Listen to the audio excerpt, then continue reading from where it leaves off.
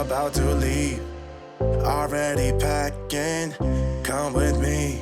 I'm not. Hello friends and enemies, welcome back to Happy For Now. It's me, Isabel here, ready to talk about books I shouldn't have liked. So when I did my least favorite tropes video, someone mentioned, I think Brie has a video, I'll link it down below, where she talks about books she shouldn't have liked because they have her least favorite tropes, and I thought I'd do the same. I picked 3 of the tropes, basically 3 books for each one, the ones that really came to mind when I thought about these tropes that I really liked, but maybe shouldn't upon reflection of my least favorite tropes.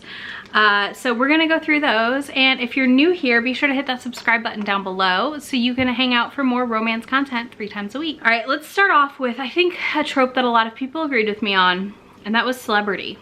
I felt like I had quite a few people telling me they also had no interest in fame when I posted that video with my least favorite. And I have 3 right here that involve fame that I really enjoyed. So we'll start off with the YA book. I don't talk about these a ton, obviously, but I did really love Grace and the Fever by Zan Romanoff that I read a few years ago. I don't know when it came out. So this is all about Grace meeting her favorite boy band celebrity. I think it's supposed to be like Harry Styles-esque, and finding out about the facade that's put on to make them seem kind of different than they really are in real life. And she is really dealing with the unraveling of her, that was peas, the unraveling of her fandom in an interesting way, and the reality that they're humans, and just a lot of interesting things that I personally tend to think about a lot as someone who enjoys fandom and fan fiction and all the other stuff, and has like been a part of like Tumblr and things. I'm not a One Direction fan necessarily. I'm indifferent. I'm a little like outside the age range for them. So that's part of it too. Kind of like I'm a little outside the age range for the Jonas Brothers as well. So yeah, I just really liked this. I thought it was a good exploration of the subject of fame and what it means to be famous and the perils of fame, along with, you know, suddenly becoming famous because you're photographed with someone. All right, next we have a two recent releases. One is Spoiler Alert by Olivia Dade. Now this book I was pretty sure would speak to me because I did really like Game of Thrones. I actually gave up the books because like, who cares? But the show, this is like a thinly veiled insult at the show. It's not very thinly veiled, to be honest, but I loved that aspect of it. I loved the fan fiction writing aspect. They both write fan fiction for the show.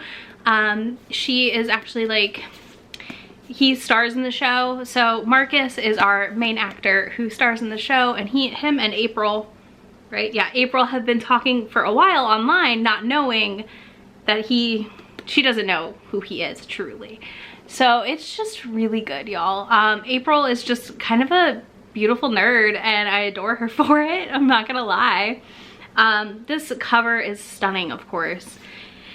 And I really love all of Olivia Dade's newer works. I haven't read her backlist beyond Teach Me, so I just can't wait to see what else she writes, because I feel like every book we're seeing growth in her writing. We're seeing just more thought and care put into bigger bodies, and I just love it. But I really should not have, because Marcus is literally like the star of the show, like the star of the show, which like, okay, that's fine, but like that's like my worst nightmare. Like he is, you know, huge at the convention and all these other things. Like he actually, she posts a full body picture of her cosplaying as the lead love interest for his character, and people are mean to her, and he takes her on a date and then finds out who she is, that he actually knows who she is.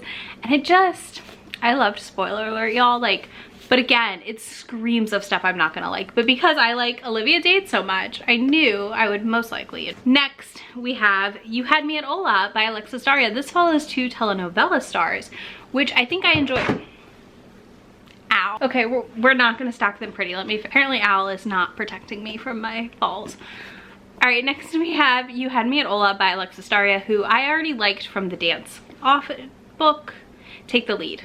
Take the Lead was the book's name. So I was already like super interested in her debut, like from Avon. I think this is her like first big novel. And this really hit the spot for me. I enjoyed the culture and the representation happening here. I enjoyed them being telenovela stars, which is a much more niche fame in America than it is outside of, right? It's kind of like watching K-dramas in the States, or J-dramas or C-dramas. It's very different for us to watch those and like not everyone knows who those people are if you like came here, so I feel like they have that benefit to an extent. Although I did grow up in Miami, South Florida area, Fort Lauderdale, more technically, and I would say that most of my friends' moms had telenovelas, or their abuelas had telenovelas on all the time. So there's that too, right? Like, I don't think that they're necessarily like an unknown, but they're like slightly less famous. This honestly screamed a lot of things I'm not gonna like about a book, but it had such fun banter, such a good enemies to lovers situation, a just ridiculous meet cute that I was all over it. This is like a solid 4.5, 4-star read for me. And I know, like, again, I don't like celebrities in books, but this worked. And I think also it helped that they're both celebrities already, kind of. So we weren't dealing with like one person having this sudden like interest from paparazzi and stuff. Let's talk about slow burns. So I talked about this. I am an Instapot girl. If we are not doing it by 50% usually, and I'm not like aware that it's gonna be a slower burn, I'm out. I don't like it. I don't want it. Give it to me fast and quick.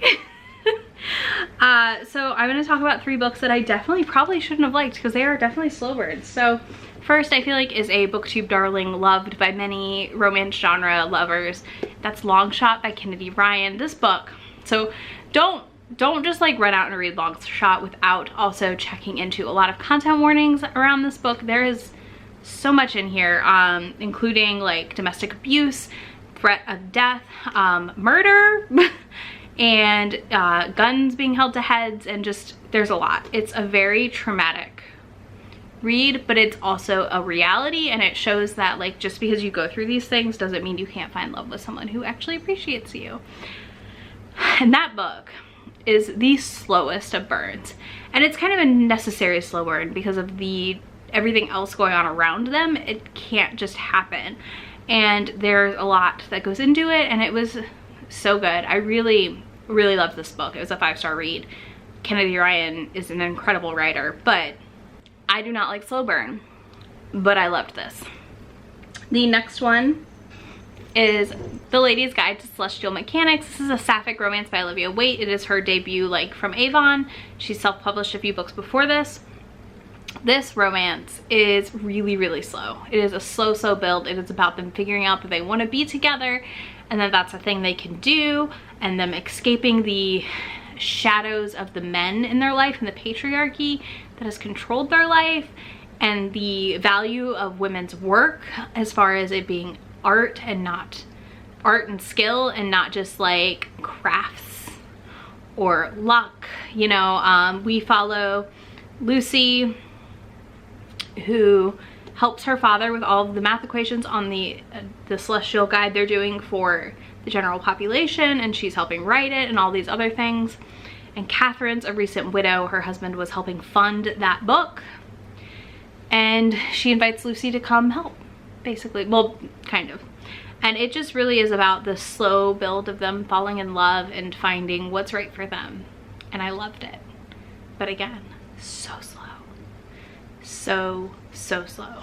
This is a real crockpot of a romance. And then the last one that I really liked, that is also a super slow burn, a very unique read, a very unique writing style, is Wolf Song / the Green Creek series by TJ Klune. I've read 2 of the books so far in this series, and I really like them. Book 1 was a 4-star, book 2 was a 5-star.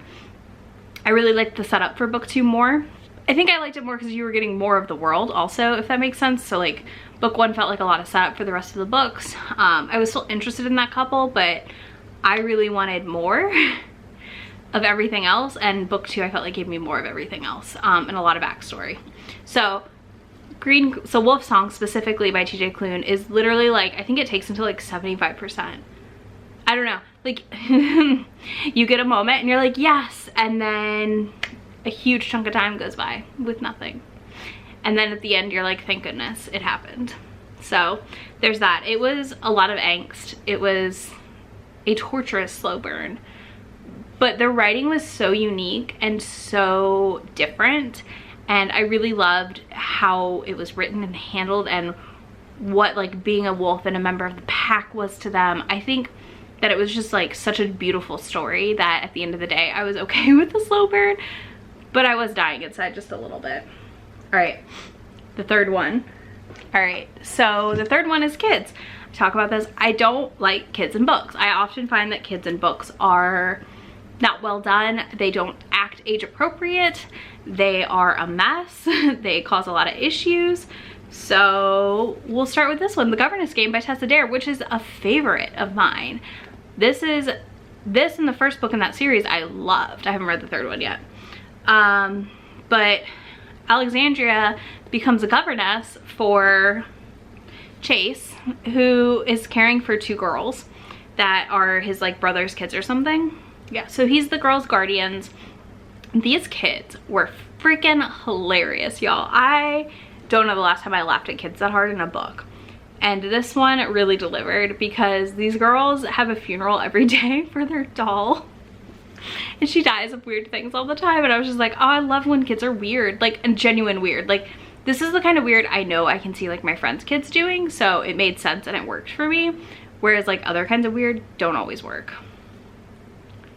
This definitely though, like, was not sure. But I mean, it's called The Governess Game. I knew there would be kids, but you never know, truly know, if it's gonna work or not. And it did. So like, even though I have no interest in children for the most part, there's some books that stand out, and this is definitely one of them. Another one is Destiny's Surrender by, we're also gonna lump in A Secret Baby here as a bonus. Destiny's Surrender by Beverly Jenkins is a secret baby romance that I actually really liked. So Billy is a sex worker. She ends up pregnant. He does not know she's pregnant and later comes to find out and is doing his best to help care for her. And the reason it's a secret baby and it works is she's a prostitute, and it just happened. So it kind of worked in a way that I didn't expect. I really, really enjoyed it. This book was heavier than expected. I feel like Beverly Jenkins can be pretty heavy though. So I don't know if I should say heavier than expected, but I wasn't sure, obviously, going in how heavy it would be. And it surprised me. The next one with kids that I actually didn't hate was Eleanor and Gray by Brittany C. Cherry. That one really did feature these girls who were mourning the loss of their mom and finding new hope in their lives. And with the nanny, with Eleanor, and the Eleanor and Gray in the beginning, it's their childhood romance when they were like teens, and I felt like they were pretty accurate as teenagers. And then again, I felt like for the most part when we got the kids stuff, they were also pretty accurately portrayed.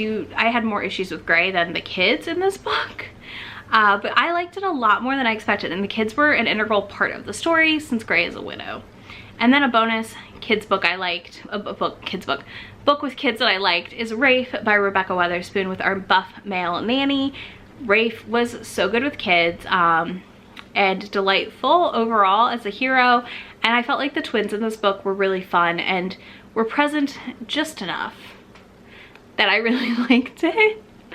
That's the other thing, right? Like if the kids are mentioned but not present enough, that can be an issue too. It can pull me out of the story. Like what are these kids doing?